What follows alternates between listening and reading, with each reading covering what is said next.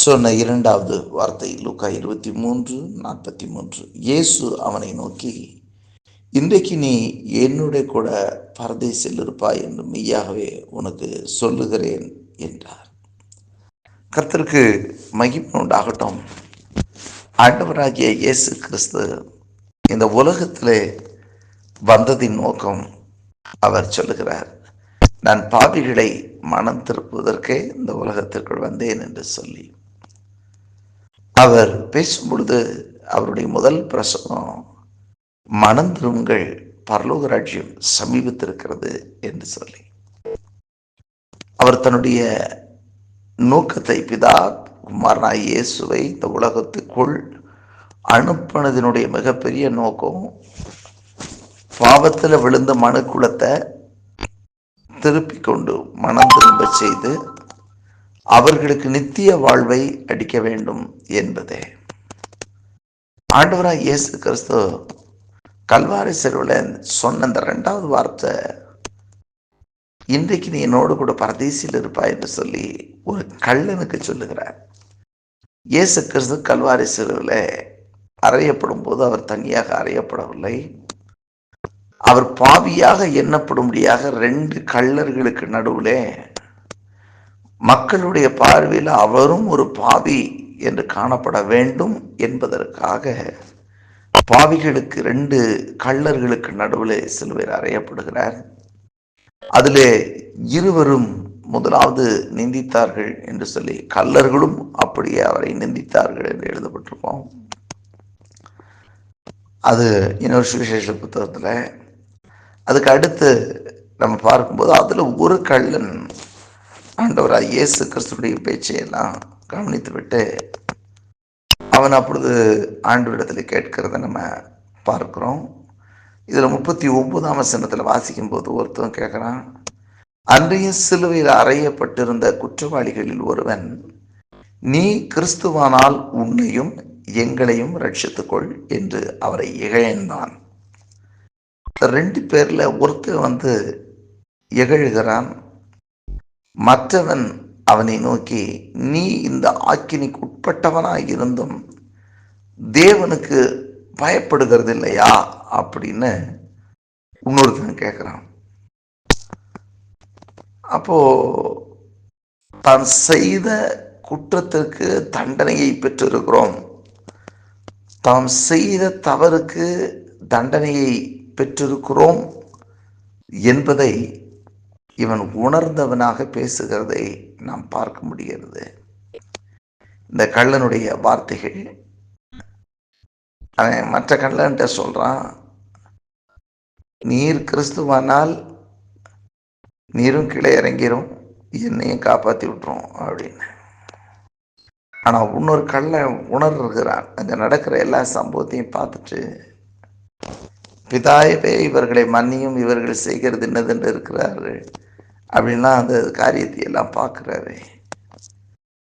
பார்த்த உடனே இவர் சொல்கிறான், அந்த கள்ளன் சொல்கிறான், ஏன் இந்த வார்த்தை அந்த இடத்துல வந்துச்சு, அதாவது இன்றைக்கு நீ என்னோடு கூட பரதேசியில் இருப்பாய் என்று சொல்லுகிற அந்த வார்த்தை இயேசு சொல்லுவதற்கு முக்கியமான காரணம், இவன் ஒரு பாவி, இவன் ஒரு கள்ளன்.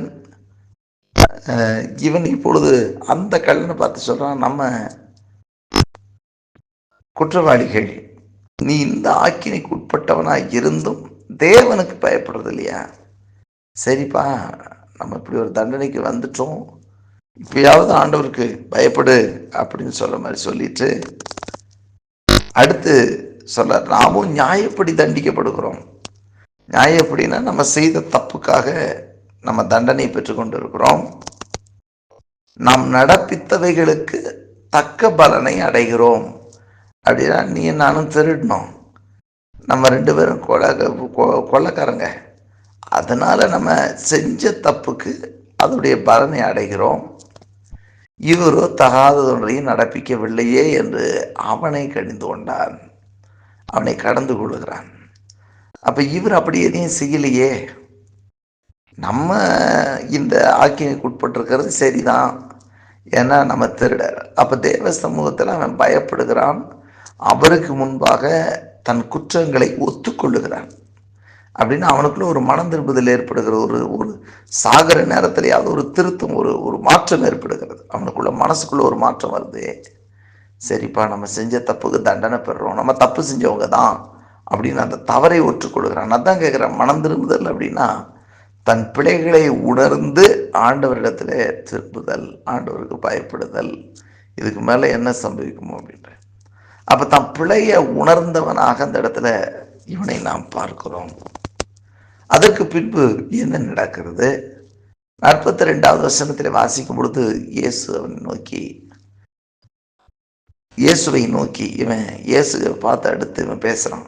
முதல்ல திருடங்கிட்ட பேசுறான், இப்ப இயேசு கிட்ட பேசுறான். ஆண்டவரே, நீர் உம்முடைய ராஜ்யத்தில் வரும்போது அடியேனை நினைத்தருளும் என்று. அப்போ இப்போ இந்த உலகத்தின் வாழ்க்கையை குறித்த இதெல்லாம் விட்டுருச்சு. ஏன்னா இப்ப தண்டனை வாங்கியாச்சு. இப்போ பிழைக்கிறோம் பிழைக்கல ரெண்டாவது பிரச்சனை. ஆனா ஆண்டவருடைய ராஜ்யம் இருக்கிறது. அப்ப தேவனுடைய ராஜ்யம் இருக்கிறது என்பதை இவன் அறிந்தவனாக இருக்கிறான். அப்போ நம்முடைய வாழ்க்கையிலும் கூட ஆண்டவராக இயேசு கிறிஸ்து ஒவ்வொருவரும் மனம் திரும்ப வேண்டும் என்பதையும், தங்களுடைய பிழைகளை உணர்ந்து நித்திய ஜீவன் உண்டு என்பதை விசுவாசிக்க வேண்டும் என்பதைத்தான் ஆண்டவர் எதிர்ப்பார். அதை தான் பிரசங்கம் பண்ணிட்டு இருந்தார். மனம் திரும்புங்கள், பரலோக ராஜ்யம் சமீபத்திருக்கிறது என்று சொல்லி.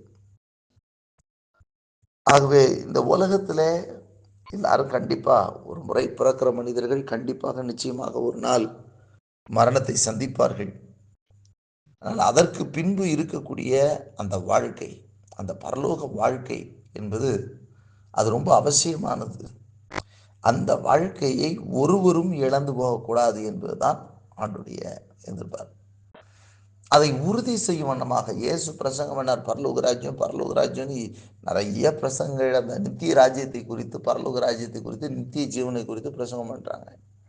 அப்போ பாவிக்கு அந்த இடத்துல இடம் உண்டு, பாவிகளும் முன்னாடி ராஜ்யத்தில் பந்தி இருப்பாங்க அப்படின்னு ஆண்டவர் சொன்னார். அப்போ முதலாவது அந்த பாரடைஸில் ஒரு இளைப்பாறுதல், மரித்த பின்பு இருக்கிற இளைப்பாறுதலை அதே சிலுவையில் உறுதி செய்கிறார். அப்போ உன் பாவத்தை நான் அந்த சிலுவையில் நான் சுமந்து தீர்த்துருக்கிறேன். ஆகவே இப்பொழுது நீ உன் தப்பை உணர்ந்துட்ட பார்த்தியா, என்கிட்ட நீ கேட்டது நிமித்தம் நீ இன்றைக்கு என் கூட பரதேசியில் நீ இருப்ப அப்படின்னு சொல்லி அங்கே ஆண்டவராக இயேசு கிறிஸ்து கள்ளனுக்கு சொல்லுகிறதை நாம் பார்க்க முடிகிறது. நம்முடைய வாழ்க்கையிலும் கூட நாம் தேவ சமூகத்தில் நாம் தவறுகளை உணர்ந்து அவரிடத்துல நாம் திரும்பும் பொழுது யாருக்கும் யாராக இருந்தாலும் அவர்களுக்கு பாவ மன்னிப்பு நிச்சயத்தை கொடுக்க அவர் வல்லவராக இருக்கிறார். ஒரு கள்ளன் அவன் தன்னுடைய பிழைகளை உணர்ந்த பொழுது அவன் தான் பிழையை உணர்ந்து நம்ம நியாயப்படி தான் தண்டிக்கப்படணும், நம்ம தப்பு செஞ்சிட்டோன்றதை உணர்கிறான். நித்திய ஜீவனை பெற்றுக்கொள்ள அவன் வாஞ்சிக்கிறான். ஆண்டவர்கிட்ட கேட்குறான், ஆண்டவரே உடைய ராஜ்யத்தில் என்னை நினைத்தருளும் அப்படின்னு ஆண்டவர்கிட்ட அவன் கேட்ட அந்த ஜெபத்துக்கு ஆண்டவர் பதில் கொடுக்குறாரு. இன்னைக்கு நீ என்னோடு கூட பரதேசியில் இருப்பா என்று சொல்லி. அப்போ அவர் இயேசு சொன்னார், நான் போய் உங்களுக்குன்னு ஒரு ஸ்தலத்தை ஆயத்தம் பண்ண போகிறேன், அப்படி இல்லாத இருந்தால் நான் உங்களுக்கு சொல்லியிருப்பேன், என் பிதாவின் வீட்டில் அநேக வாசஸ்தலங்கள் இருக்கிறது அப்படின்னு சொல்லி சொன்னவர் அதனுடைய உறுதிப்பாட்டை அந்த இடத்துல ஆண்டவர் காண்பிக்கிறார். நாமும் ஒவ்வொருவருக்கும் கூட இந்த உலகத்தில் நிச்சயமாக யாராக இருந்தாலும் மனிதன் ஒரு முறை மரிப்பது உண்டு. அதற்கு பின்பு ஒன்று அவனுடைய வாழ்க்கையில் அவன் விசுவாசித்து ரட்சிக்கப்பட்டவனா இருந்தா, அவன் மனம் திரும்பி பாவ மன்னிப்பு நிச்சயத்தை பெற்றவனா இருந்தா அவன் நித்திய ஜீவனுக்குள் அவன் பிரவேசிப்பான், ஆண்டவரோடு கூட இருப்பான். அதைத்தான் இங்கு உறுதி செய்கிறார். அந்த கள்ளனுக்கு அந்த இடத்தை கொடுக்கிறார். அவர் கூட அந்த பரதீசிகள் அந்த இளைப்பாறுதலுக்குள் அவன் இங்கு செய்த பாவத்திற்குரிய தண்டனையை அவன் பெற்றுக்கொள்ளாமல் இயேசு கிறிஸ்து கல்வாரி சிலுவிலே அந்த தண்டனையை ஏற்றுக்கொண்டதை உறுதி செய்து மனிதனை அந்த கள்ளனுக்கும் இளைப்பாறுதலை கொடுத்தார். ஆம், இன்றே ரட்சியினால் மனம் திரும்ப வேண்டியதிலிருந்து மனம் திரும்பி, ஆண்டவரே என் பாவங்களை எனக்கு மன்னியும், உன்னுடைய நித்திய ராஜ்யத்தில் என்னை சேர்த்து கொள்ளும் என்று சொல்லுகிற யாவருக்கும் அவர் அந்த ராஜ்யத்தை தந்து ஆசீர்வதிப்பார்.